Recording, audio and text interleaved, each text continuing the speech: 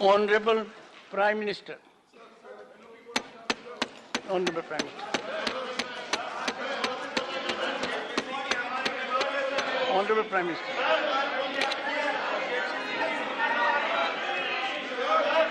Honorable Prime Minister.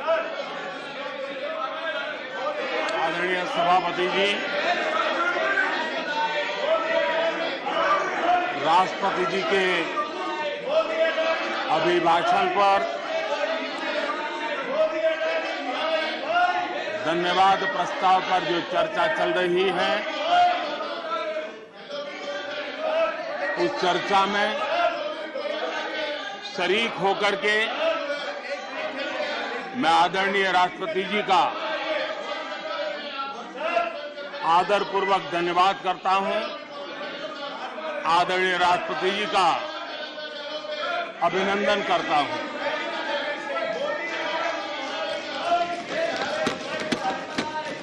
आदरणीय राष्ट्रपति जी दोनों सदनों को संबोधित करते हुए उन्होंने विकसित भारत का एक खाका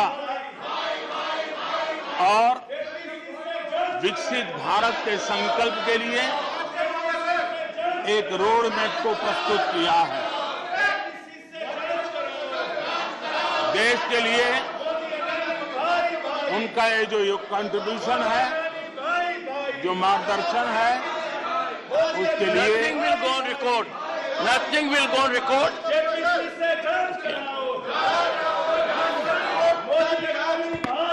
Honorable members, honorable members, honorable members, take your seat.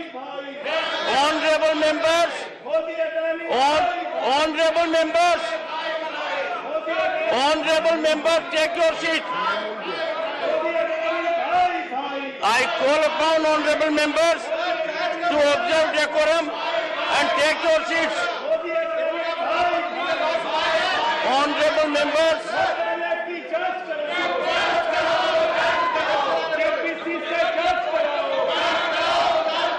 honorable members, take your seats. I will be called upon to name you. I will be called upon to name you. Take your seats. Take your seats. Honorable Prime Minister.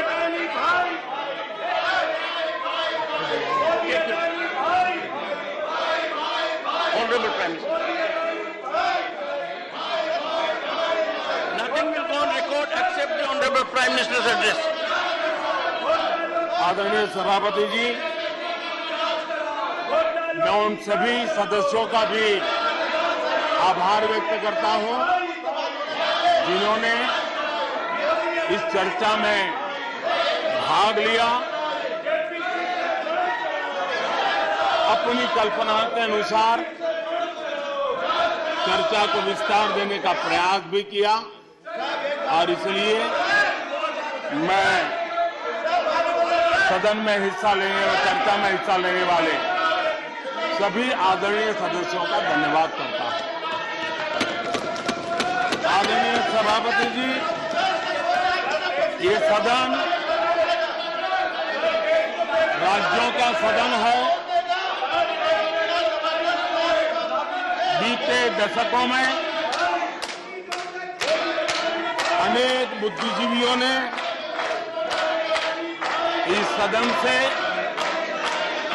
देश को दिशा दी है, देश का मार्गदर्शन किया है। इस सदन में अनेक साथी ऐसे हैं जो अपने व्यक्तिगत जीवन में भी बहुत कुछ सिद्धियां प्राप्त की हुई हैं, अपने व्यक्तिगत जीवन में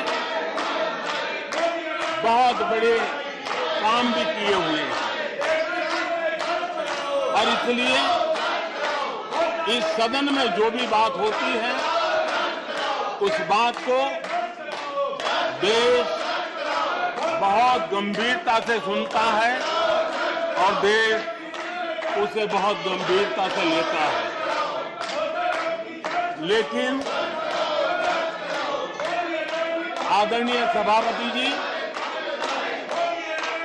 ये भी दुर्भाग्यपूर्ण है, इतने महत्वपूर्ण सदन में कुछ लोगों का व्यवहार, कुछ लोगों की वाणी न सिर्फ सदन को लेकिन देश को निराश करने वाली रही।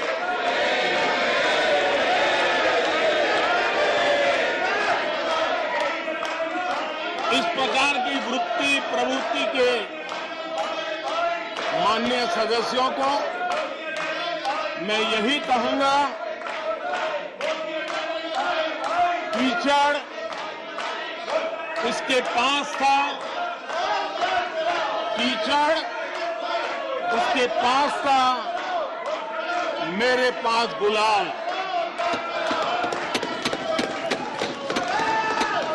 कीचड़ उसके पास था, मेरे पास गुलाल।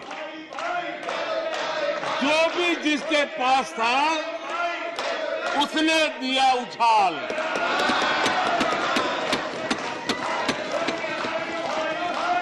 और अच्छा ही है, जितना कीचड़ उछालोगे कमल उतना ही ज्यादा खिलेगा।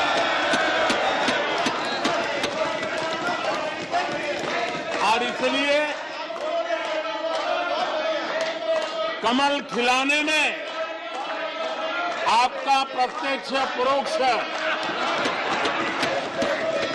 जो भी योगदान है, इसके लिए मैं उनका भी आभार व्यक्त करता हूं।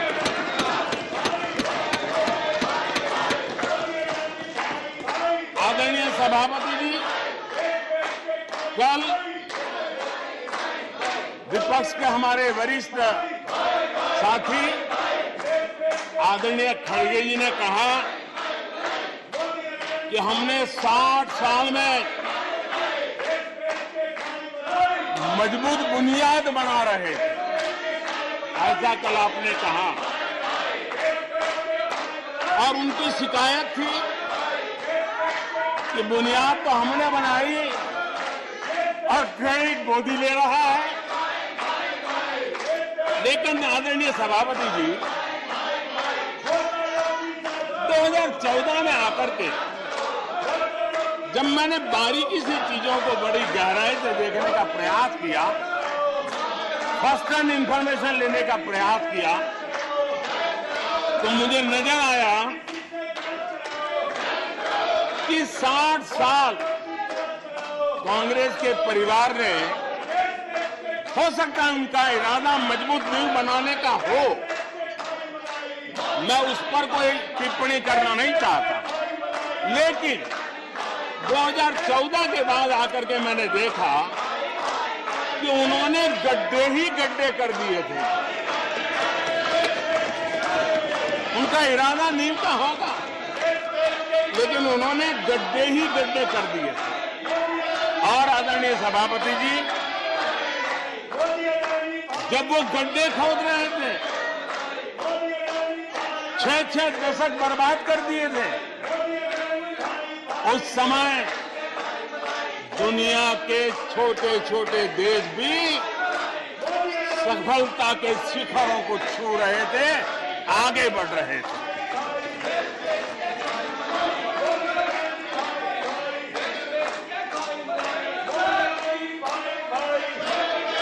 आदरणीय सभापति जी, उनका तो वो साल इतना अच्छा माहौल था कि पंचायत से लेकर के पार्लियामेंट तक उन्हीं की दुनिया चलती थी। इतना देश भी अनेक आशा अपेक्षाओं के साथ आंख बंद करके उनका समर्थन करता था, लेकिन उन्होंने इस प्रकार की कार्यशैली विकसित की, इस प्रकार का कल्चर विकसित किया कि जिसके कारण वे एक भी चुनौती का परमानेंट सॉल्यूशन करने का न कभी सोचा, न कभी उनको सूझा, न कभी उन्होंने प्रयास किया।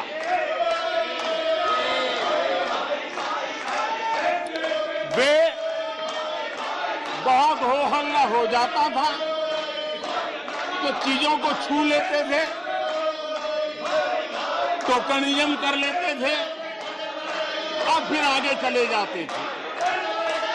समस्याओं का समाधान करना ये उनका दायित्व था। देश की जनता समस्याओं से जूझ रही थी। देश की जनता देख रही थी कि समस्या का समाधान कितना बड़ा लाभ कर सकता है, लेकिन उनकी प्रायोरिटीज अलग थी, उनके इरादे अलग थे और उसके कारण किसी भी बात का परमानेंट सॉल्यूशन का प्रयास नहीं किया। आदरणीय सभापति जी, हमारी सरकार की पहचान जो बनी है वो हमारे पुरुषार्थ के कारण बनी है। एक के बाद उठाए गए कदमों के कारण बनी हुई और आज हम परमानेंट सॉल्यूशन की दिशा में आगे बढ़ते रहे हैं। हम एक एक विषय को छू करके भागने वाले लोग नहीं, लेकिन देश की मूलभूत आवश्यकताओं को परमानेंट सॉल्यूशन पर बल देते हुए हम आगे बढ़ रहे हैं। आदरणीय सभापति जी, अगर मैं पानी का ही उदाहरण लूं तो वो जमाना था कि किसी गांव में एक हैंडपंप लगा दिया तो हफ्ते भर उसका उत्सव मनाया जाता था और उस टोकनिज्म से पानी का काम किया करके गाड़ी चलाई जाती थी।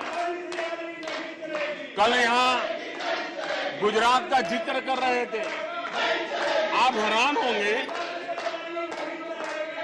सबसे ज्यादा सीटों से जीतने का उनका जो गौरव था, वैसे एक मुख्यमंत्री एक शहर में पानी की टंकी का उद्घाटन करने गए थे और वो फ्रंट पेज पर हेडलाइन न्यूज था। यानी समस्याओं का टोकनिज्म क्या होता है, कैसे टाला जाता है, ये कल्चर देश ने देखा है। हमने भी पानी की समस्या को सुलझाने के लिए रास्ते अपनाए। हमने जल संरक्षण, जल सिंचन हर पहलू पर ध्यान दिया। हमने कैच द रेन अभियान से जनता को जोड़ा। इतना ही नहीं, आजादी के पहले से अब तक हम सरकार में आने तब तक सिर्फ 3 करोड़ घरों तक नल से जल मिलता था। आदरणीय सभापति जी, पिछले 3-4 साल में आज 11 करोड़ घरों को नल से जल मिल रहा है। भारत पानी की समस्या जो हर परिवार की समस्या होती है, जीवन में उसके बिना चल नहीं सकता और भविष्य के संभावनाओं को भी देखते हुए हमने उसके समाधान के रास्ते चुने। आदरणीय सभापति जी, मैं एक और विषय पर भी जाना चाहता हूं। Empowerment of common people. बैंकों का राष्ट्रीयकरण हुआ था, इस बात से हुआ था कि गरीबों को बैंकों का अधिकार मिले, ऐसी बहानेबाजी की गई थी। लेकिन इस बैंक देश के आधे से अधिक लोग बैंक से दरवाजे तक नहीं पहुंच पाए। हमने परमानेंट सॉल्यूशन निकाला और जनधन अकाउंट का अभियान चलाया। बैंकों को मोटिवेट किया, ऑन बोर्ड लिया। पिछले 9 साल में ही 48 करोड़ जनधन बैंक खाते खोले गए। इसमें 32 करोड़ बैंक खाते ग्रामीण और कस्बों में हुए हैं, यानी देश के गांव तक प्रगति की मिसाल को ले जाने का प्रयास हुआ। कल खड़गे जी शिकायत कर रहे थे कि मोदी जी बार बार मेरे चुनावी क्षेत्र में आते हैं। वो कह रहे थे मोदी जी कलबुर्गी आ जाते हैं। मैं जरा खड़गे जी को कहना चाहता हूं, मैं आता हूं उसकी शिकायत करने से पहले ये भी तो देखो कि कर्नाटका में 1,70,00,000 जनधन बैंक अकाउंट खुले हैं। इतना ही नहीं, उन्हीं के इलाके में कलबुर्गी में 8 लाख से ज्यादा जनधन खाते खुले हैं। अब सभापति जी बताइए, इतने बैंक के खाते खुल जाए, इतना एम्पावरमेंट हो जाए, लोग इतने जागरूक हो जाए और किसी का इतने सालों के बाद खाता बंद हो जाए तो उनकी पीड़ा मैं समझ सकता हूं। और बार बार उनका दर्द झलकता है और मैं तो हैरान हूं।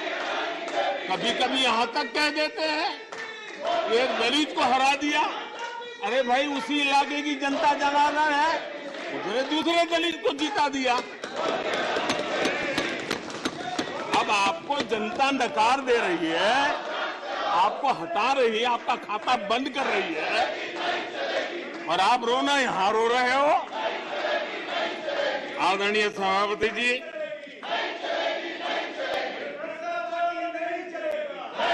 जनधन, आधार, मोबाइल, ये जो त्रिशक्ति है और उसने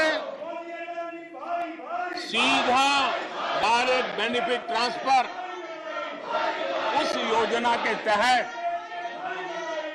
पिछले कुछ वर्षों में 27 लाख करोड़ रुपया इस देश के नागरिकों के बैंक खातों में ट्रांसफर किया, हितधारकों के खातों में ट्रांसफर किया है। और मुझे खुशी है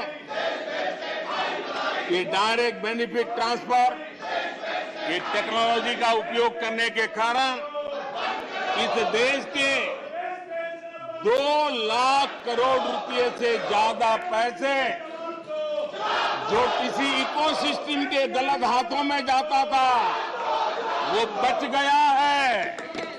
देश की बहुत बड़ी सेवा की है। और मैं जानता हूं, जिस इकोसिस्टम के सागरिकों को, चेले चपाटों को जो 2 लाख करोड़ की ऐसी फायदे मिलते रहते थे, उनका चिल्लाना भी बहुत स्वाभाविक है।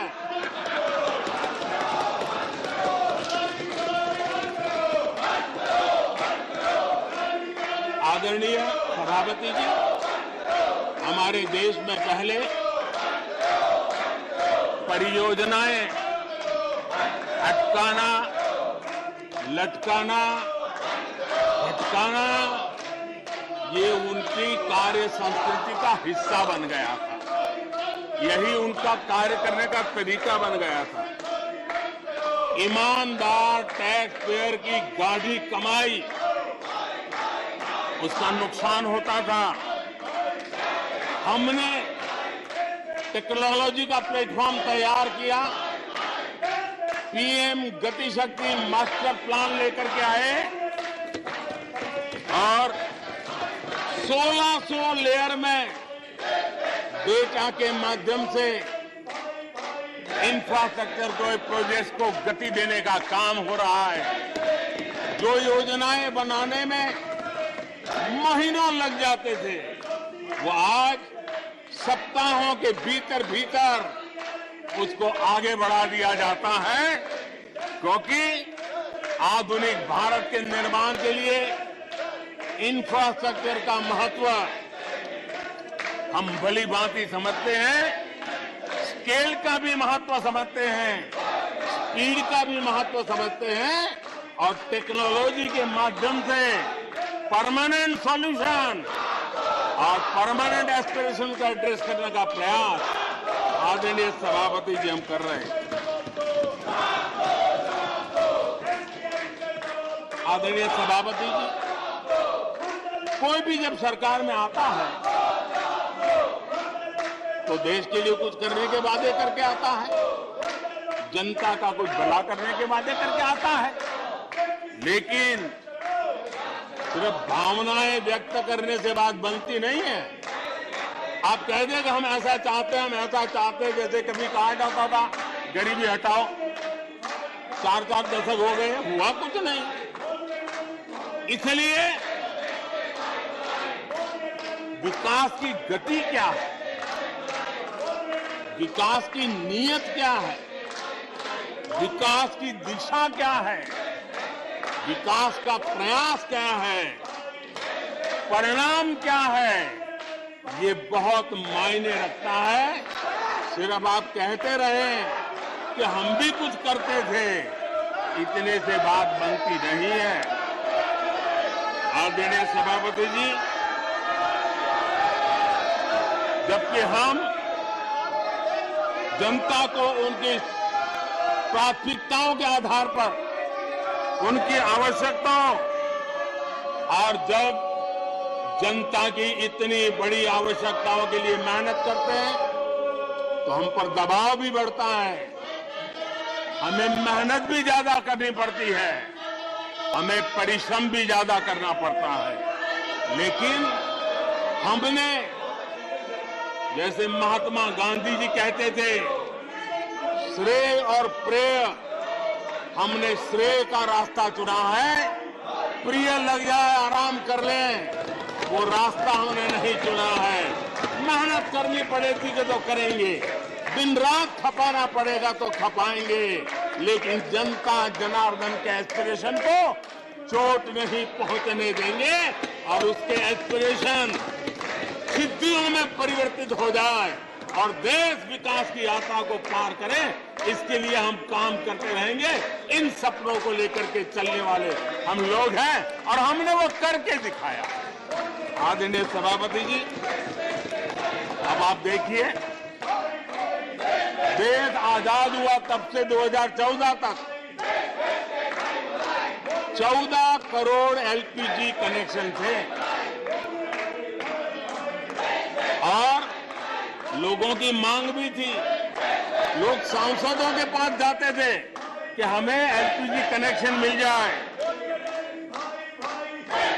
और उस समय 14 करोड़ घरों में था, डिमांड भी कम थी, प्रेशर भी कम था, आपको गैस लाने के लिए खर्चा भी नहीं करना पड़ता था, आपको गैस पहुंचाने के लिए व्यवस्था, आप भी मजे में, चलती भी गाड़ी, काम होता नहीं था, लोग इंतजार करते रहते थे।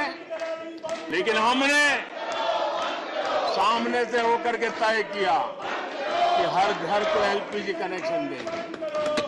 हमें मालूम था कि हम कर रहे हैं, हमें मेहनत करनी पड़ेगी, हमें मालूम था हमें धन खर्च करना पड़ेगा, हमें मालूम था हमें दुनिया भर से गैस लाना पड़ेगा।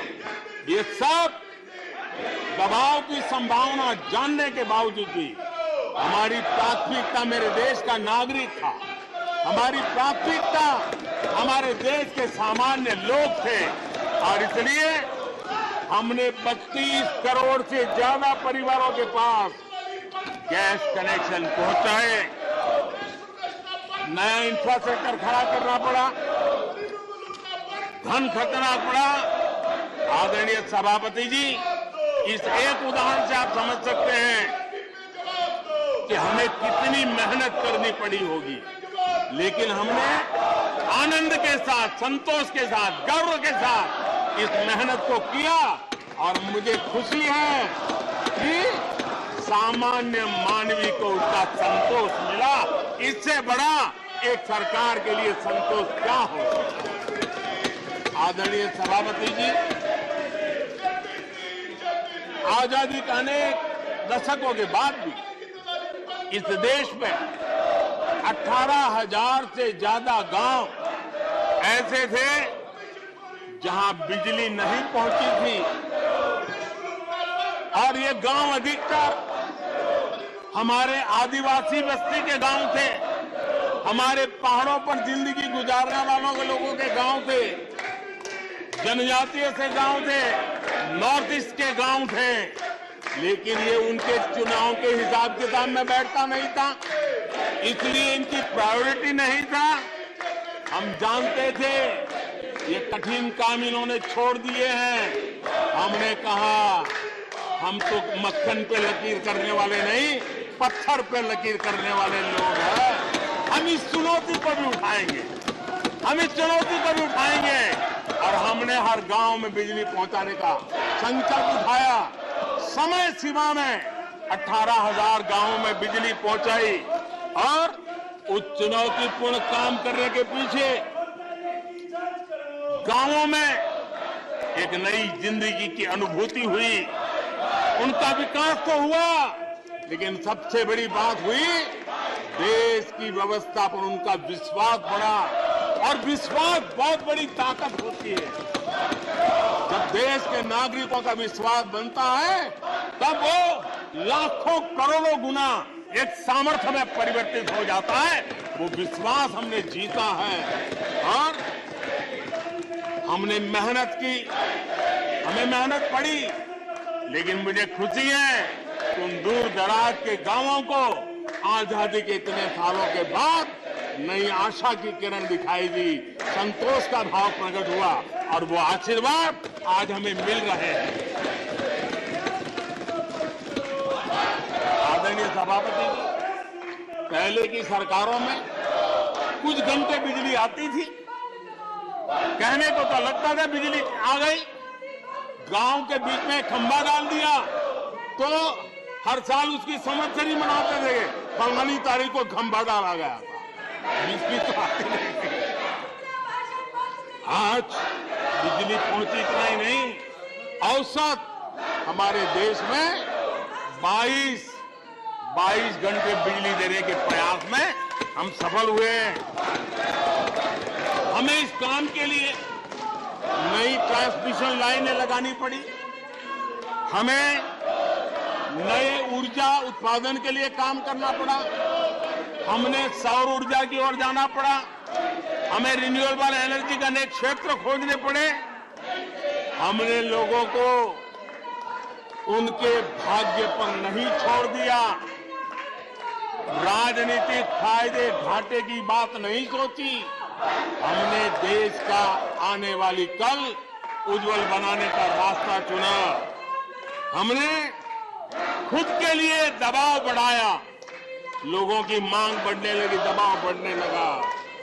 हमने मेहनत वाला रास्ता चुना और इसके नतीजे आज देश देख रहा है। देश ऊर्जा के क्षेत्र में प्रगति की ऊंचाइयों को प्राप्त कर रहा है। आदरणीय सभापति जी,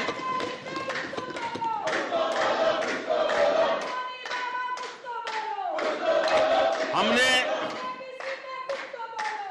आजादी के अमृत काल में एक बहुत बड़ा हिम्मत भरा कदम उठाया।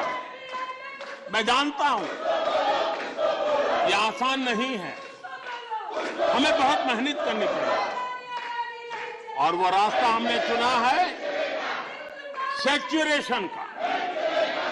हर योजना के जो लाभार्थी हैं 100% लाभ कैसे पहुंचे, 100% लाभार्थियों को लाभ पहुंचे, बिना रोक टोक के लाभ पहुंचे, और मैं कहता हूं, अगर सच्चा पंथ निरपेक्षता है तो यही है, सच्चा सेक्युलरिज्म है तो यही है। और सरकार उस राह पर बड़ी ईमानदारी के साथ चल पड़ी है। अमृत काल में हमने सैचुरेशन का संकल्प लिया है। 100% लाभार्थियों तक पहुंचने का भाजपा एनडीए सरकार का ये संकल्प है। आदरणीय सभापति जी, ये 100% वाली बात, ये सैचुरेशन वाली बात देश की अनेक समस्याओं का समाधान तो है ही। उस नागरिक की समस्याओं का समाधान इतना ही नहीं है, देश की समस्याओं का समाधान है। एक ऐसी नई कार्य संस्कृति को लेकर के हम आ रहे हैं जो देश में मेरा तेरा अपना पराया उन सारे भेदों को मिटाने वाला रास्ता है, सैचुरेशन वाला हम लेकर के आए। सैचुरेशन तक पहुंचने का मतलब होता है भेदभाव की सारी गुंजाइशें खत्म करना। जब डिस्क्रिमिनेशन रहता है तब करप्शन को भी संभावना मिलती है। कोई कहेगा मुझे जल्दी तो कहता है इतना दोगे तो दूंगा, लेकिन 100% जाना है तो उसको विश्वास होता है, भले इस महीने मुझे नहीं पहुंचा, 3 महीने के बाद पहुंचेगा, लेकिन पहुंचेगा, विश्वास बढ़ता है। ये तुष्टीकरण की आशंकाओं को समाप्त कर देता है। फलानी जाति को मिलेगा, फलाने परिवार को मिलेगा, फलाने गांव को मिलेगा, फलानी बिरादरी को मिलेगा, फलाने पंथ संप्रदाय वालों को मिलेगा, ये सारी तुष्टीकरण की आशंकाओं को खत्म कर देता है। स्वार्थ के आधार पर लाभ पहुंचाने की प्रवृत्ति को पूरी तरह खत्म कर देता है और समाज के आखिरी व्यक्ति को, जो आखिरी पंक्ति में खड़ा हुआ व्यक्ति है, और महात्मा गांधी जिसकी हमेशा वकालत करते थे, उसके अधिकारों की रक्षा इसके अंदर समाहित होती है और हम उसको सुनिश्चित करते हैं।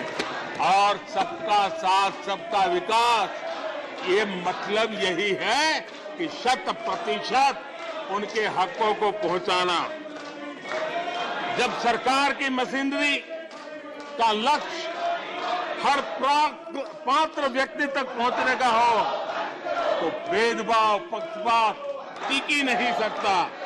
इसलिए हमारा ये 100% सेवा अभियान, सोशल जस्टिस, सामाजिक न्याय, इसका बहुत बड़ा सशक्त माध्यम है। यही सामाजिक न्याय की असली गारंटी है। यही सच्ची पंथ निरपेक्षता है, यही सच्चा सेकुलरिज्म है। हम देश को विकास का ये मॉडल दे रहे हैं जिसमें हितधारक सबको उनके हक मिले। देश हमारे साथ है। कांग्रेस को बार बार देश नकार रहा है, लेकिन कांग्रेस और उसके साथी अपनी साजिशों से बाज नहीं आते हैं और जनता ये देख भी रही है और उनको हर मौके पर सजा भी देती रही। आदरणीय सभापति जी, हमारे देश की आजादी में 1857 से लेकर के स्वतंत्र संग्राम का कोई भी दशक उठा लीजिए, हिंदुस्तान का कोई भी भूभाग उठा लीजिए, मेरे देश की आजादी की लड़ाई में मेरे देश के आदिवासियों का योगदान स्वर्णिम पृष्ठ से भरा पड़ा हुआ है। गर्व होता है देश को कि मेरे आदिवासी भाइयों ने आजादी के महात्म्य को समझा था, लेकिन दशकों तक मेरे आदिवासी भाई विकास से वंचित रहे और विश्वास का सेतु तो कभी बन ही नहीं पाया। आशंकाओं से भरी हुई व्यवस्था बनी और उन नौजवानों के मन में बार बार सरकारों के लिए सवाल उठते चले गए, लेकिन उन्होंने सही नीयत से काम किया होता, नेक नीयत से काम किया होता, आदिवासियों के कल्याण के प्रति समर्पण भाव से काम किया होता, तो आज 21वीं सदी के तीसरे दशक में मुझे इतनी मेहनत नहीं करनी पड़ती। लेकिन उन्होंने नहीं किया। अटल बिहारी वाजपेयी की सरकार थी, पहली बार इस देश में आदिवासियों के विकास के लिए अलग मंत्रालय बना, पहली बार आदिवासियों के कल्याण के लिए, भलाई के लिए, विकास के लिए अलग बजट की व्यवस्था हुई। आदरणीय सभापति जी, हमने 110 जिलों को आकांक्षी जिलों के रूप में आइडेंटिफाई किया। जो विकास में पीछे रह गए, सामाजिक न्याय जैसे महत्व का है, एवं भौगोलिक रूप से भी जो पीछे रह गए हैं उनको न्याय दिलाना उतना ही आवश्यक होता है।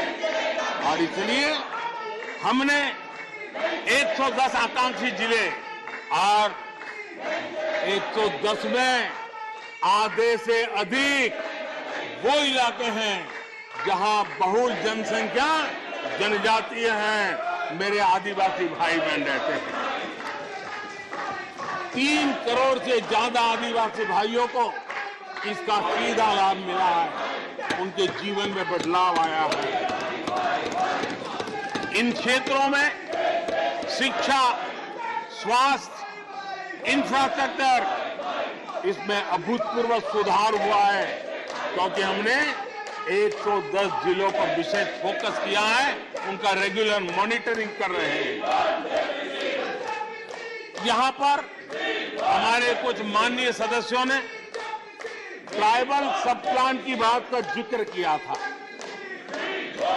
मैं ऐसे साथियों का अनुरोध करता हूं कि जरा समय निकाल करके किसी पढ़े लिखे व्यक्ति की मदद लेकर के बैठिए, जो बजट को अध्ययन कर सकता है, थोड़ा समझा सकता है, और आप देखेंगे तो पता चलेगा कि बजट में शेड्यूल्ड ट्राइब कंपोनेंट फंड्स, इसके तहत 2014 के पहले की तुलना में 5 गुना अधिक वृद्धि हुई है।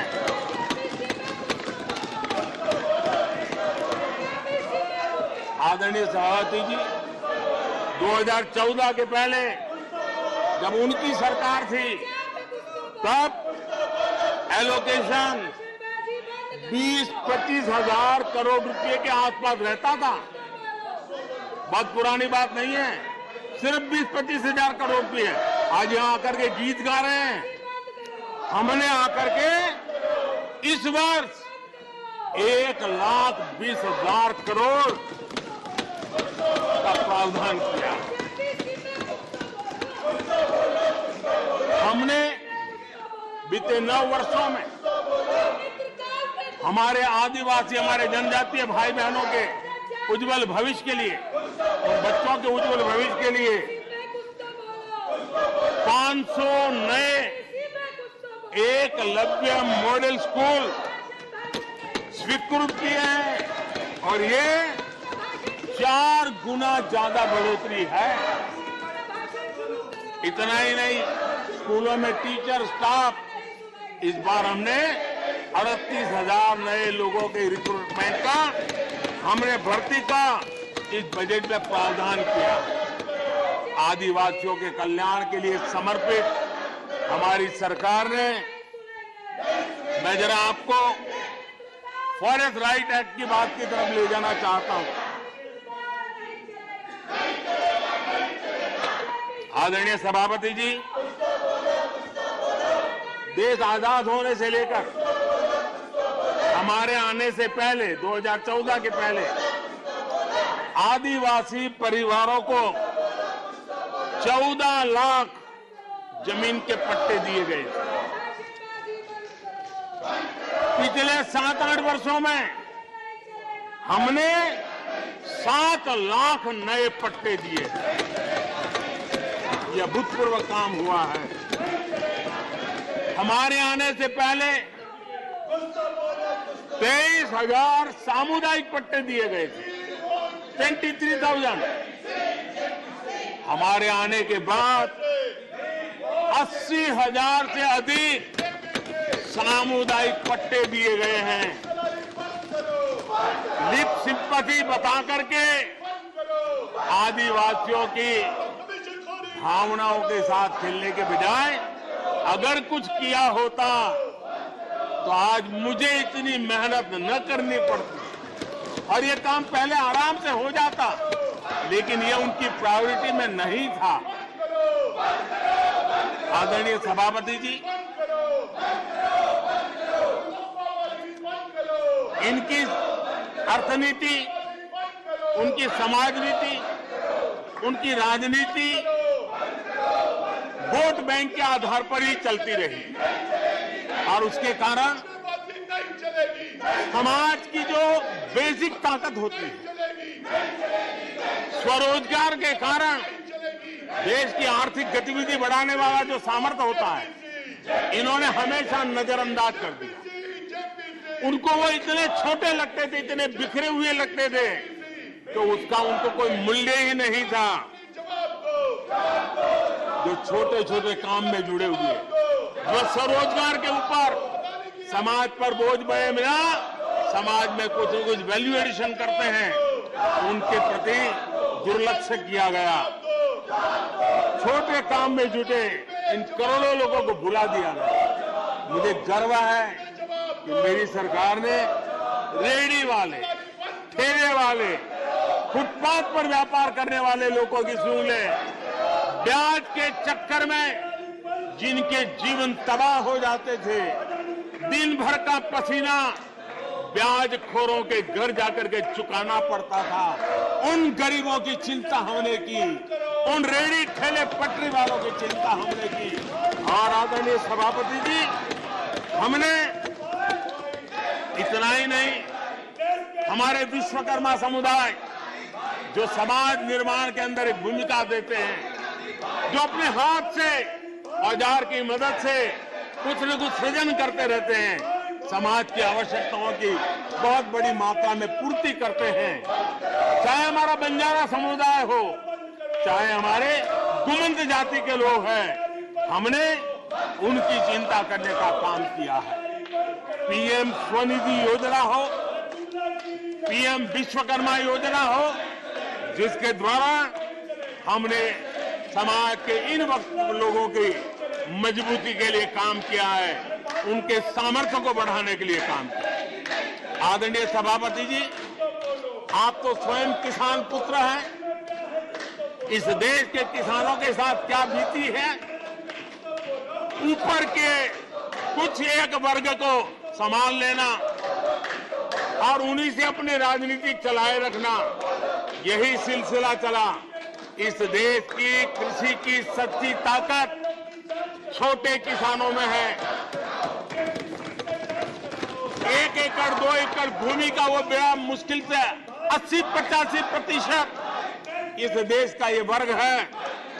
इन छोटे किसान उपेक्षित थे, उनकी आवाज कोई सुनने वाला नहीं था। हमारी सरकार ने छोटे किसानों पर ध्यान केंद्रित किया, छोटे किसानों को फॉर्मल बैंकिंग के साथ जोड़ा। आज साल में 3 बार सीधे पीएम किसान सम्मान निधि छोटे किसान के खाते में जमा होती है।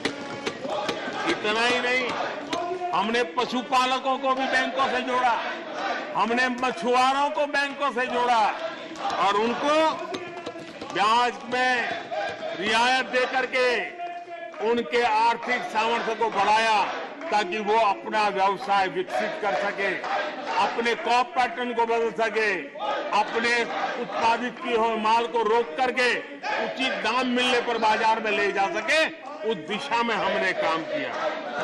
आदरणीय सभापति जी, हम जानते हैं हमारे देश के बहुत सारे किसान ऐसे हैं कि जो बरसाती पानी पर उनको गुजारा करना पड़ता है। सिंचाई की व्यवस्था ये पिछली सरकारों ने की नहीं। हमने और देखा है कि ये छोटे किसान पानी बरसाती के भरोसे जीने वाले, मोटे अनाज की खेती करते हैं, पानी होता नहीं है।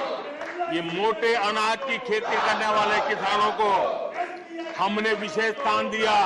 हमने यूएन को लिखा कि मिलेट ईयर मनाइए, दुनिया में भारत के मोटे अनाज की एक ब्रांडिंग बने, मार्केटिंग बने, और उसके सुविचारित रूप से अब उस मोटे अनाज को श्री अन्न के रूप में, जैसे श्रीफल का महात्मा है, वैसे ही श्री अन्न का महात्मा बने और छोटे किसान जो पैदावार करते हैं उनको उचित दाम मिले, ग्लोबल मार्केट मिले, देश में क्रॉप पैटर्न में परिवर्तन आए। और इतना ही नहीं, ये मिलेट सुपर फूड है, पोषण के लिए बहुत बड़ी ताकत है। हमारे देश के नई पीढ़ी को पोषण की समस्या के समाधान में भी ये काम आए, जो मेरे छोटे किसान को भी मजबूत करे। हमने फर्टिलाइजर में भी अनेक नए विकल्प डेवलप किए हैं, उसका भी लाभ मिल रहा है। आदरणीय सभापति जी,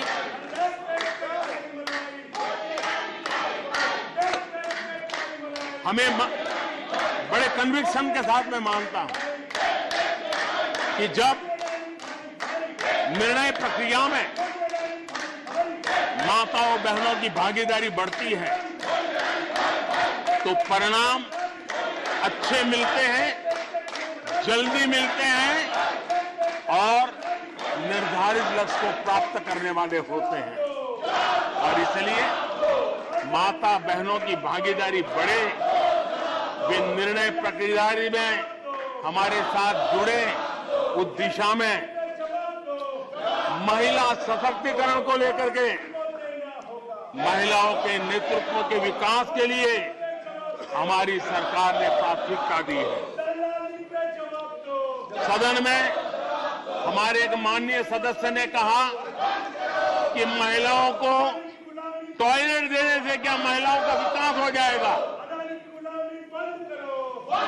हो सकता है उनका ध्यान सिर्फ टॉयलेट पे गया हो, वो उनकी कठिनाई होगी, लेकिन मैं जरा बताना चाहता हूं, मुझे इस बात का गर्व है और मैं गर्व अनुभव करता हूं, क्योंकि मैं राज्य में रह करके आया हूं, मेरे गांव में जिंदगी गुजार के आया हूं। मुझे गर्व है कि 11 करोड़ शौचालय बना करके मैंने मेरी माताओं बहनों को इज्जत कर दिया है। मुझे इस बात का गर्व है। हमारी माताओं बहनों, हमारी बेटियों के जीवन चक्र की तरफ जरा नजर करें। हमारी सरकार माताओं बहनों के सशक्तिकरण के लिए कितनी संवेदनशील है, उसकी तरफ मैं जरा ध्यान आकर्षित करना चाहता हूं।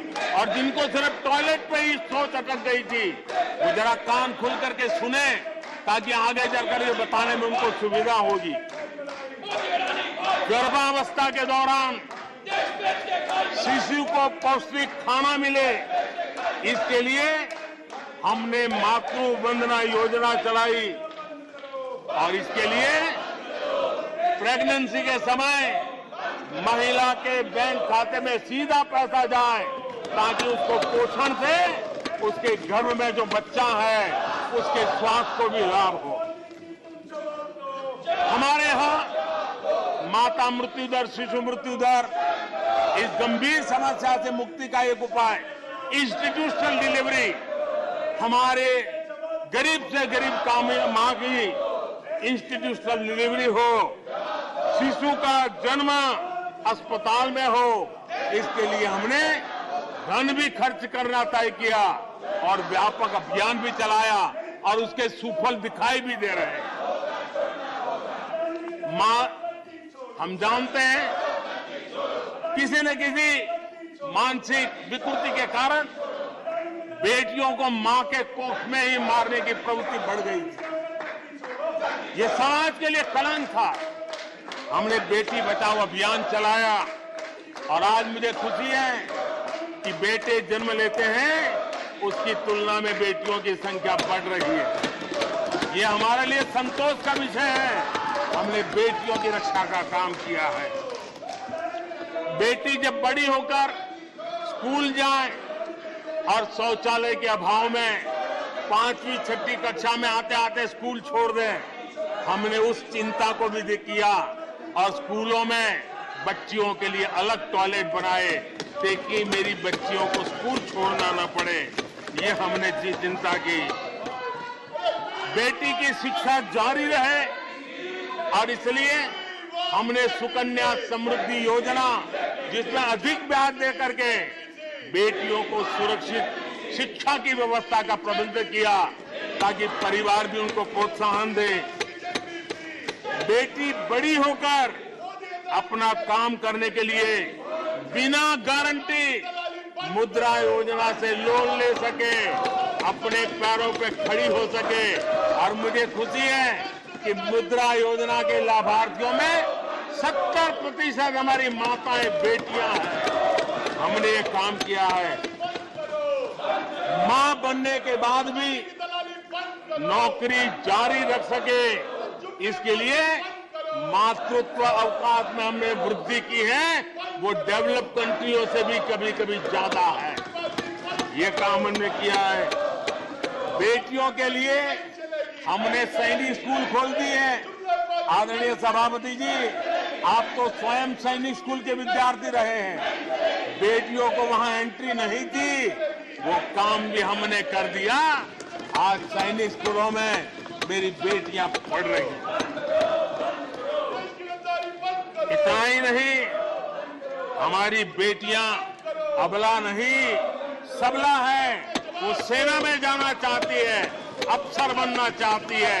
हमने हमारी बेटियों को सेना के दरवाजे भी खोल दिए हैं और आज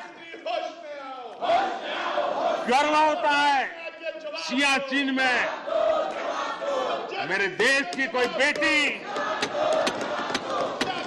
मां भारती की रक्षा करने के लिए तैनात होती है। बेटी को गांव में कमाई के अवसर मिले और इसके लिए हमने विमेन सेल्फ हेल्प ग्रुप, उसको एक नई ताकत दी, वैल्यू एडिशन किया और बैंकों से मिलने वाली उनकी रकम में बहुत बड़ा इजाफा किया। और इसलिए वो भी हमने उनकी प्रगति के लिए हमारी माताओं, बेटियों को, बहनों को लकड़ी के धुएं से जिंदगी में मुसीबतें झेलनी न पड़े, इसलिए हमने उज्ज्वला योजना से गैस का कनेक्शन दिया। हमारी माताओं, बहनों को, बेटियों को पीने का पानी के लिए जूझना न पड़े, 2-2, 4-4 किलोमीटर तक जाना न पड़े। हमने नल से घर तक पानी पहुंचाने का अभियान चलाया ताकि मेरी माताओं, बेटों को, बेटियों को, बहनों को, बेटियों को अंधेरे में गुजारा न करना पड़े। इसलिए हमने सौभाग्य योजना से ऐसे गरीब परिवारों तक बिजली पहुंचाई। बेटी, मां, बहन कितनी ही गंभीर बीमारी हो लेकिन कभी बताती नहीं है। उसको चिंता रहती है कि कहीं बच्चों पे कर्ज हो जाएगा, परिवार पर बोझ हो जाएगा। वो पीड़ा सहती है लेकिन अपने बच्चों को अपनी बीमारी के विषय में नहीं बताती है। उन माताओं, बहनों को आयुष्मान कार्ड दे करके अस्पताल में बड़ी से बड़ी बीमारी से मुक्ति का रास्ता हमने खोल दिया है। आदरणीय सभापति जी, बेटी का संपत्ति पर अधिकार हो, इसलिए हमने सरकार की तरफ से जो आवाज देते हैं उसमें बेटी के राइट को निश्चित किया, उसके नाम पर प्रॉपर्टी करने का काम किया। हमने महिला सशक्तिकरण के लिए हमारी माताओं, बहनों को जो भी छोटी मोटी बचत कर लें, मुसीबत झेल करके बचत करना माताओं, बहनों का स्वभाव होता है और वो घर में अनाज के डिब्बे में पैसे रख करके गुजारा करती है। उस मुसीबत में निकाल के हमने उसको जनधन के खाते दे दिए। बैंक में पैसा जमा करे इसकी व्यवस्था कर दे। और आदरणीय सभापति जी, इस बजट सत्र के लिए तो गर्व की बात है कि बजट सत्र का प्रारंभ महिला राष्ट्रपति के द्वारा होता है और बजट सत्र का विधिवत प्रारंभ महिला वित्त मंत्री के अवसर पर होता है। देश में ऐसा संयोग पहले कभी नहीं आया जो आज आया है। और हमारा तो प्रयास रहेगा कि ऐसे शुभ अवसर आगे भी देखने को मिले।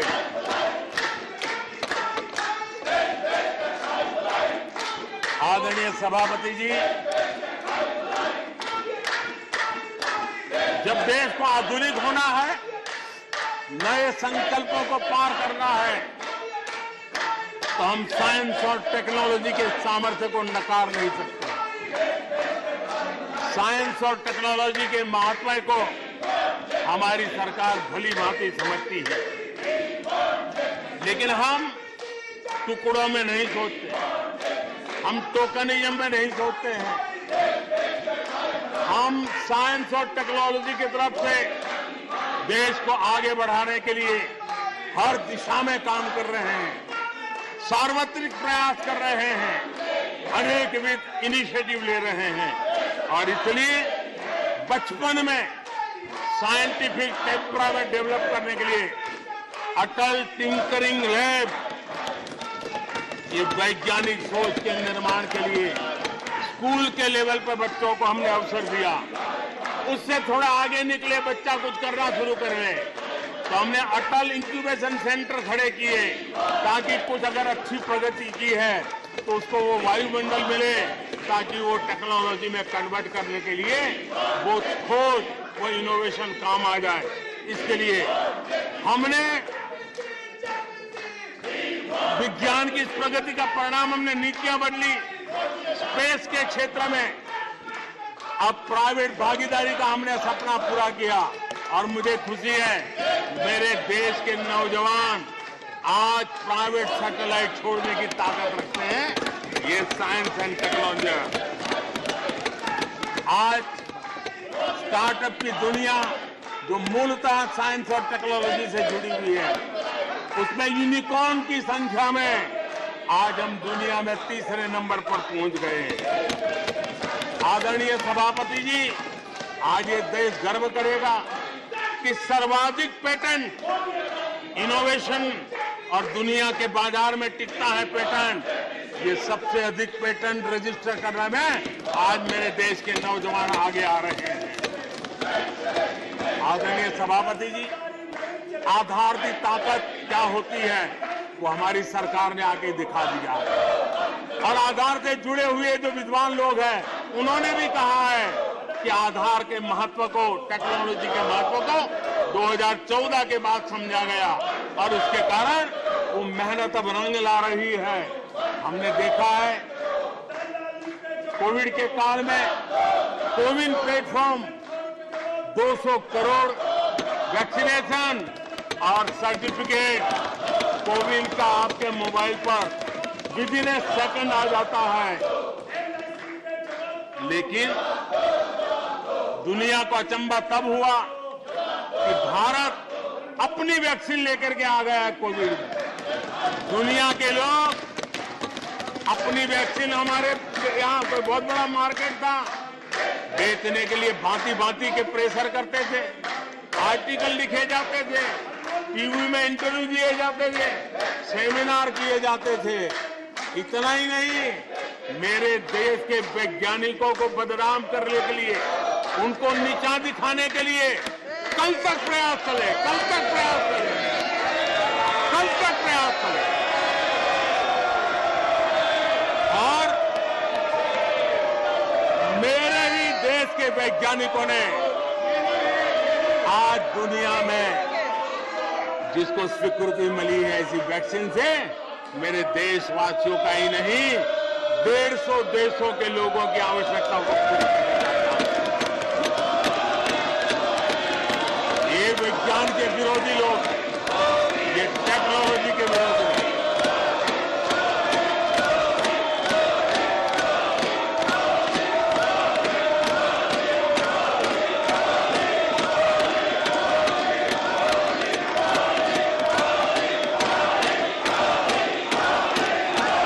आदरणीय सभापति जी, ये विज्ञान के विरोधी है, ये टेक्नोलॉजी के विरोधी है। हमारे वैज्ञानिकों को बदनाम करने का कोई मौका नहीं छोड़ते। फार्मेसी की दुनिया में हमारा देश एक ताकत बन के उभर रहा है, दुनिया की फार्मेसी का हब बन रहा है।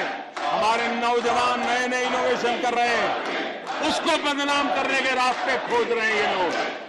उनको देश की चिंता नहीं है, अपने राजनीतिक उठापटक की चिंता है। ये दुर्भाग्य है देश का। आदरणीय सभापति जी, आज मैं बाली में था।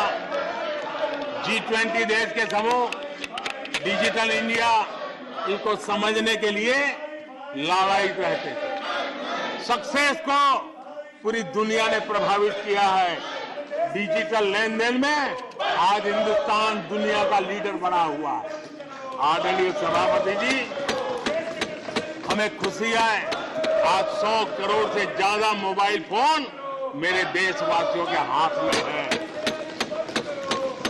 आदरणीय सभापति जी, एक समय था हम मोबाइल इंपोर्ट करते थे, आज गर्व है मेरा देश मोबाइल एक्सपोर्ट कर रहा है। 5G हो, AI हो, IoT हो, उस तकनीक को आज देश बहुत तेज गति से अपना रहा है, उसका विस्तार कर रहा है। ड्रोन, इसका इस्तेमाल सामान्य जीवन में हो, सामान्य नागरिक की भलाई हो। हमने पॉलिसी में वो बदलाव किया और दवाइयां दूर सुदूर इलाकों में ड्रोन से पहुंचाने का काम आज मेरे देश में हो रहा है। साइंस और टेक्नोलॉजी के महत्व को आज खेत में मेरा किसान ड्रोन की ट्रेनिंग लेकर के खेती में ड्रोन का क्या उपयोग हो, आज मेरे गांव में दिखाई दे रहा है। जियो स्पेशल सेक्टर में हमने दरवाजे खोल दिए। ड्रोन के लिए एक पूरा नया विकास का विस्तार करने का अवसर हमने कर दिया। आज देश में यूएन जैसे लोग चर्चा करते हैं कि दुनिया में लोगों के पास अपने पास जमीन के घर के मालिकाना हक नहीं है। यूएन की चिंता है दुनिया। भारत ने ड्रोन की मदद से, स्वामित्व योजना से गांव में, घरों में उसका नक्शा और मालिकी हक देने का काम किया है। उसको कोर्ट कचहरी के चक्करों से और कभी घर बंद हो, कोई आकर के कब्जा कर न ले, सुरक्षा का एहसास दिया है। हमने टेक्नोलॉजी का भरपूर प्रयास कॉमन मैन के लिए करने की इस दिशा में सफलता पाई है।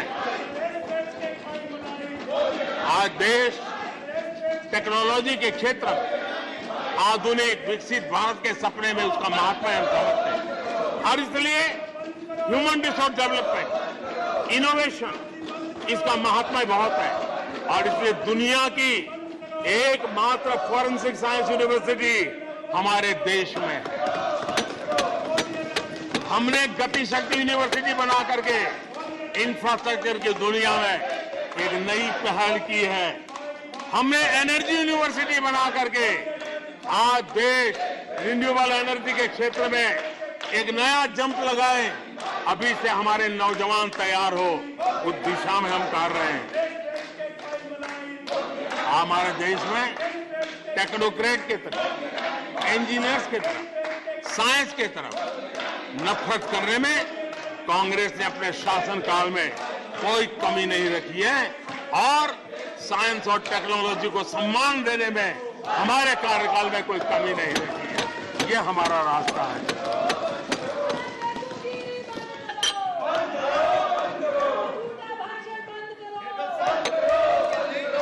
आदरणीय सभापति जी, यहाँ रोजगार की भी चर्चा हुई। मैं हैरान हूं कि जो अपने आप को सबसे लंबे समय तक सार्वजनिक जीवन का दावा करते हैं, इनको ये मालूम नहीं है कि नौकरी और रोजगार में फर्क होता है। जिनको नौकरी और रोजगार का फर्क समझ नहीं है, वो हमें उपदेश दे रहे हैं। आदरणीय सभापति जी, नए नए नैरेटिव गढ़ने के लिए आधी अधूरी चीजों को पकड़ करके झूठ फैलाने के प्रयास हो रहे हैं। बीते 9 वर्ष में अर्थव्यवस्थाओं का जो विस्तार हुआ है, नए सेक्टर्स में रोजगार की नई संभावनाएं बनी। आज ग्रीन इकोनॉमी में देश जिस प्रकार से आगे बढ़ रहा है, उसने ग्रीन जॉब की बहुत बड़ी संभावनाएं धरती पर उतार करके दिखाई है और अधिक संभावनाएं बनी हुई है। डिजिटल इंडिया के विस्तार से डिजिटल इकोनॉमी, उसका भी एक नया क्षेत्र। आज सर्विस सेक्टर में डिजिटल इंडिया एक नई बुलंदी पर है। 5 लाख कॉमन सर्विस सेंटर, गांव के अंदर एक कॉमन सर्विस सेंटर में 2-2, 5-5 लोग रोजी रोटी कमाते हैं। और दूर सुदूर जंगलों के छोटे छोटे गांव में भी कॉमन सर्विस सेंटर में आज हमारे देश की आवश्यक सेवाएं गांव के लोगों को एक बटन पर उपलब्ध हो, ये व्यवस्था हुई है। डिजिटल इकोनॉमी ने अनेक नए रोजगार की संभावनाएं पैदा की। आदरणीय सभापति जी, 90,000 रजिस्टर्ड स्टार्टअप, इसने भी रोजगार के नए द्वार खोले हैं। अप्रैल से नवंबर 2022 के दौरान ईपीएफओ पेरोल में 1 करोड़ से अधिक लोग जोड़े गए हैं। 1 करोड़ से अधिक लोग। आदरणीय सभापति जी, आत्मनिर्भर भारत रोजगार योजना, इसके जरिए 60 लाख से अधिक नए कर्मचारियों का लाभ हुआ है। आत्मनिर्भर भारत अभियान के तहत हमने अपने उद्यमियों के लिए स्पेस, डिफेंस, ड्रोन, माइनिंग, कोल, अनेक क्षेत्रों को खोला है, जिसके कारण रोजगार की संभावना में नई गति आई है। और देखिए, हमारे नौजवानों ने इन सारे कदमों का आगे आकर के अवसर लिया, उठाया है, उसका फायदा। आदरणीय सभापति जी, रक्षा के क्षेत्र में यह देश आत्मनिर्भर बने, ये देश के लिए बहुत आवश्यक है। मुझे खुशी है कि रक्षा के क्षेत्र आत्मनिर्भरता का मिशन लेके हम चले। आज 350 से ज्यादा निजी कंपनियां रक्षा के क्षेत्र में आई है और करीब 1 लाख करोड़ रुपए का एक्सपोर्ट रक्षा के क्षेत्र में मेरा देश कर रहा है। और अभूतपूर्व रोजगार इस क्षेत्र में भी पैदा हुए हैं। आदरणीय सभापति जी, रिटेल से लेकर के टूरिज्म तक हर सेक्टर का विस्तार हुआ है। खादी और ग्रामोद्योग, महात्मा गांधी के साथ जो व्यवस्था जुड़ी हुई है, खादी ग्रामोद्योग को भी डुबो दिया था। आजादी के बाद सर्वाधिक खादी ग्रामोद्योग के रिकॉर्ड तोड़ने का काम हमारे कालखंड में हुआ है। आदरणीय सभापति जी, इंफ्रास्ट्रक्चर में हो रहा रिकॉर्ड निवेश, चाहे रेल का काम होता हो, रोड का काम होता हो, पोर्ट का काम होता हो, एयरपोर्ट का काम होता हो, प्रधानमंत्री ग्राम सड़क योजनाएं बनती हो, ये सारे इंफ्रास्ट्रक्चर के काम, उसके लिए जो मटेरियल लगता है, उस इंडस्ट्री में रोजगार की संभावनाएं बढ़ी है। हर जगह निर्माण कार्य के अंदर मजदूर से लेकर मैकेनिक तक हर प्रकार के रोजगार की संभावनाएं, इंजीनियर से लेकर के श्रमिक तक हर किसी के लिए रोजगार के नए अवसर बने हैं। और उसी के कारण यूथ विरोधी नीति लेकर के चले हुए लोगों को आज यूथ नकार रहा है। और यूथ के भलाई के लिए हम जिन नीतियों को लेकर के चल रहे हैं, इसको आज देश स्वीकार कर रहा है। आदरणीय सभापति जी, यहां भी ये भी कहा गया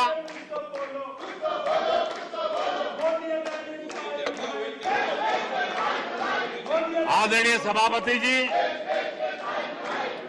यहां ये भी कहा गया कि सरकार की योजनाओं को उनके नामों को लेकर के आपत्ति उठाई।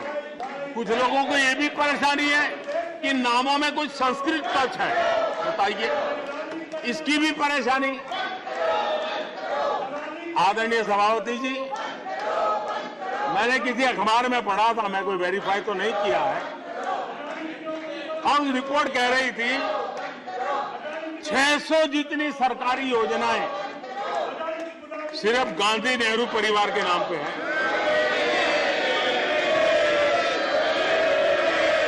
आदरणीय सभापति जी, किसी कार्यक्रम में अगर नेहरू जी के नाम का उल्लेख नहीं हुआ तो कुछ लोगों के बाल खड़े हो जाते हैं, उनका लहू एकदम गर्म हो जाता है कि नेहरू जी का नाम क्यों नहीं दिया। आदरणीय सभापति जी, मैं बहुत आश्चर्य होता है कि चलो भाई, हमसे कभी छूट जाता होगा नेहरू जी का नाम, और छूट जाता होता होगा, हम ठीक भी कर लेंगे क्योंकि वो देश के पहले प्रधानमंत्री थे। लेकिन मुझे ये समझ नहीं आता है कि उनकी पीढ़ी का कोई व्यक्ति नेहरू सरनेम रखने से डरता क्यों है। क्या शर्मिंदगी है नेहरू सरनेम रखने से? क्या शर्मिंदगी है? इतना बड़ा महान व्यक्तित्व अगर आपको मंजूर नहीं है, परिवार को मंजूर नहीं है, और हमारा हिसाब मांगते रहते हो। आदरणीय सभापति जी,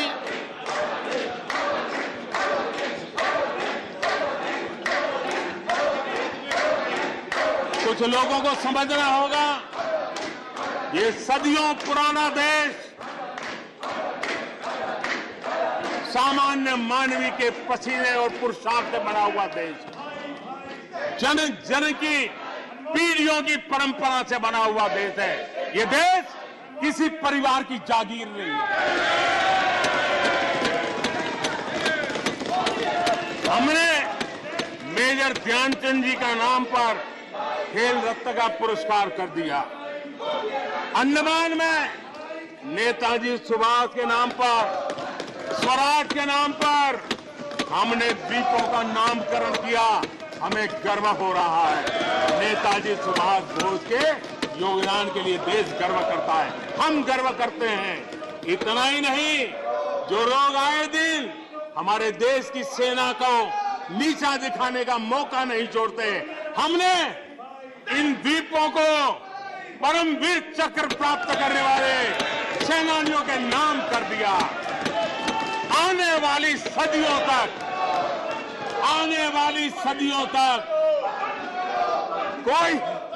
कोई हिमालय की चोटी एक एवरेस्ट व्यक्ति के नाम पर एवरेस्ट बन गई।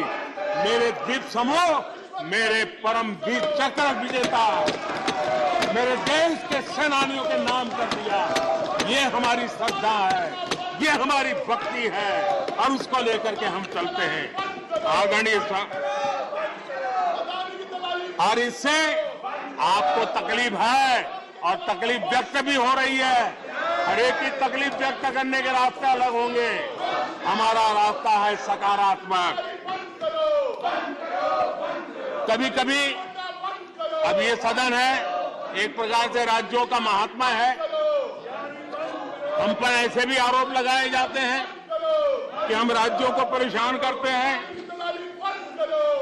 आदरणीय सभापति जी, मैं लंबे अरसे तक राज्य का मुख्यमंत्री रह करके आया। फेडरलिज्म का क्या महत्व होता है वो भली भांति समझता है, उसको जी करके आया है। और इसलिए हमने कोऑपरेटिव कॉम्पिटिटिव फेडरलिज्म पर बल दिया है। आओ हम पर्दा करें, हम आगे बढ़े, हम सहयोग करें, हम आगे बढ़े, उस दिशा में हम चले हैं। हमने हमारी नीतियों में नेशनल प्रोग्रेस का भी ध्यान रखा है और रीजनल एस्पिरेशन को भी एड्रेस किया है। National progress and regional aspiration, इसका परफेक्ट कॉम्बिनेशन हमारी नीतियों में दिखा है, क्योंकि हम सब मिलकर के 2047 तक एक विकसित भारत का सपना पूरा करने के लिए चल पड़े हैं। लेकिन जो लोग आज विपक्ष में बैठे हैं, उन्होंने तो राज्यों के अधिकारों की धज्जियां उड़ा दी। जरा मैं कच्चा चिट्ठा आज खोलना चाहता हूं।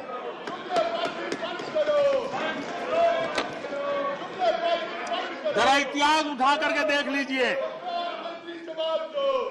वो कौन पार्टी थी, वो लोग कौन सत्ता में बैठे थे, जिन्होंने आर्टिकल 356 का सबसे ज्यादा दुरुपयोग किया।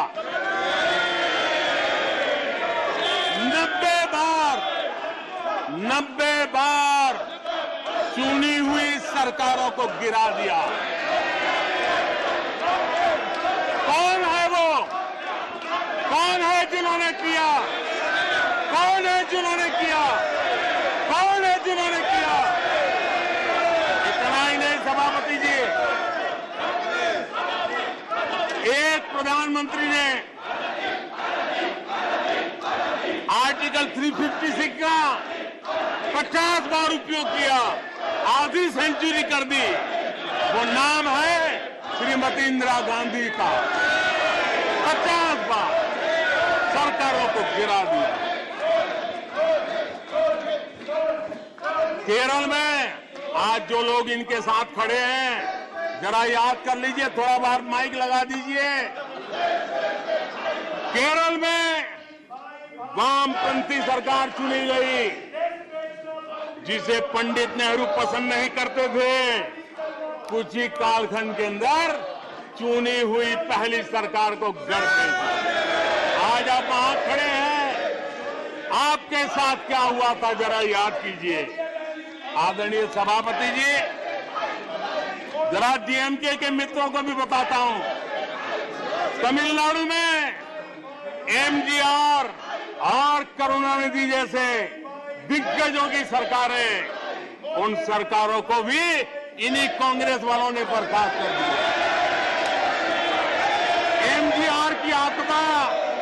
एमजीआर की आत्मा देखती होगी आप कहां खड़े हो।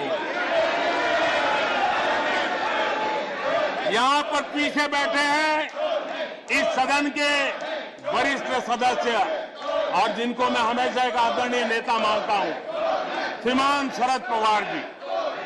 1980 में शरद पवार जी का आयु 35-40 साल की थी। एक नौजवान मुख्यमंत्री महाराष्ट्र की सेवा करने के लिए निकला था, उनकी सरकार को भी गिरा दिया गया और आज वो वहां है। आज वो वहां है। हर क्षेत्रीय नेता को उन्होंने परेशान किया, और एनटीआर के साथ क्या किया। यहां कुछ लोग आज कपड़े बदले होंगे, नाम बदला होगा, ज्योतिषियों की सूचना के अनुसार नाम बदला होगा, लेकिन कभी वो भी उनके साथ थे। उस एनटीआर की सरकार को, और वो तबीयत के लिए अमेरिका गए थे, अपने हेल्थ के लिए गए थे। आपने एनटीआर की सरकार को गिराने का प्रयास किया।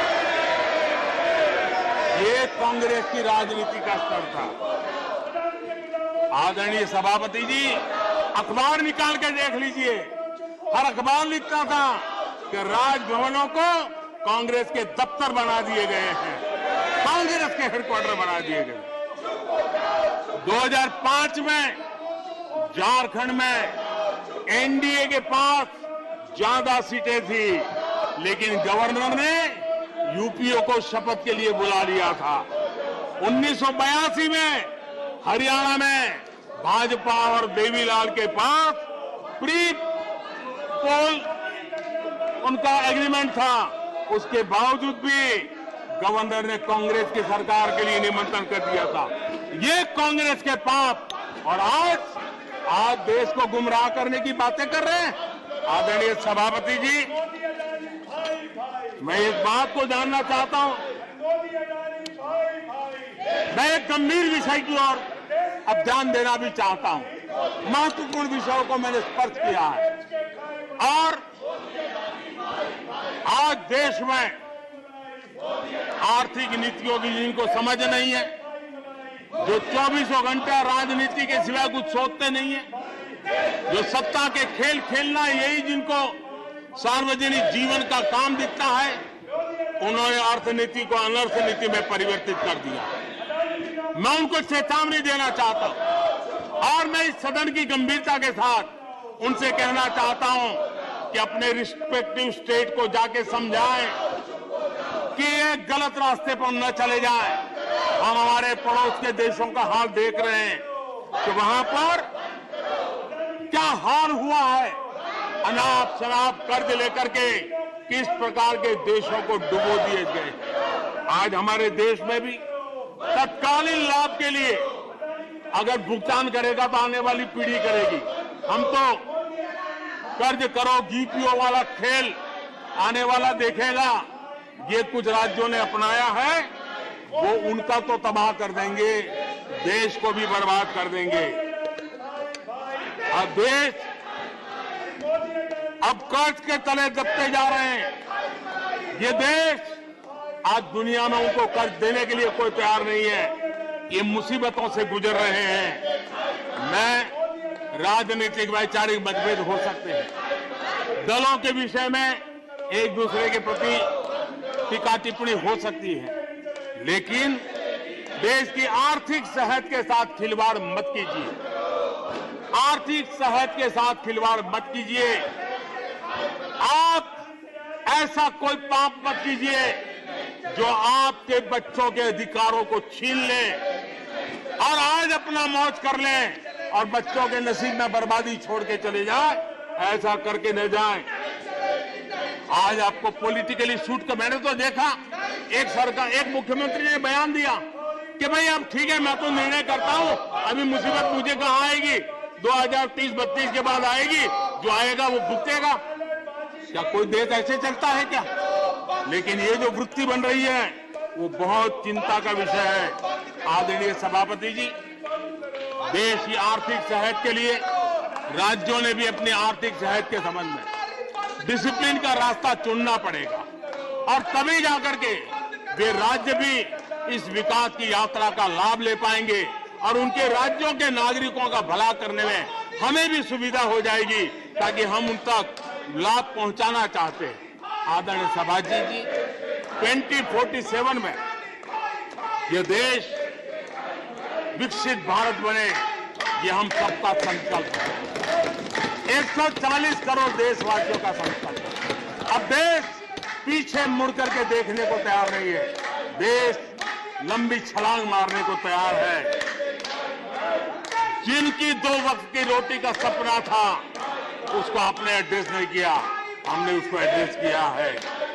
जिसको सामाजिक न्याय की अपेक्षा थी, जो आपने एड्रेस नहीं किया, हमने एड्रेस किया है। जिन अवसरों को तलाशता था, उन अवसरों को उपलब्ध कराने के लिए हमने अनेक कदम उठाए हैं और आजाद भारत का जो सपना है, उन सपने को पूरा करने के लिए हम संकल्पबद्ध होकर के चले। और आदरणीय सभापति जी, देश देख रहा है, देश देख रहा है, एक अकेला कितनों को भारी पड़ रहा है, एक अकेला कितनों को भारी पड़ रहा है। अरे नारे बोलने के लिए भी, नारे बोलने के लिए भी उनको बदल करना पड़ता है। जो भी ये बोलता है, घंटे भर से आवाज की जवाब देना है। आदरणीय सभापति जी, एक कन्विक्शन के कारण चला हूं, देश के लिए जीता हूं, देश के लिए कुछ करने के लिए निकला हुआ हूं। और इसलिए ये राजनीतिक खेल खेलने वाले लोग, उनके अंदर वो हौसला नहीं है, वो ढूंढ रहे हैं, बचने का रास्ता खोज रहे हैं। आदरणीय सभापति जी, राष्ट्रपति जी के उम्दा भाषण को, राष्ट्रपति जी के मार्गदर्शक भाषण को, राष्ट्रपति जी के प्रेरक भाषण को इस सदन के अंदर अभिनंदन करते हुए, धन्यवाद करते हुए, आपका भी आभार व्यक्त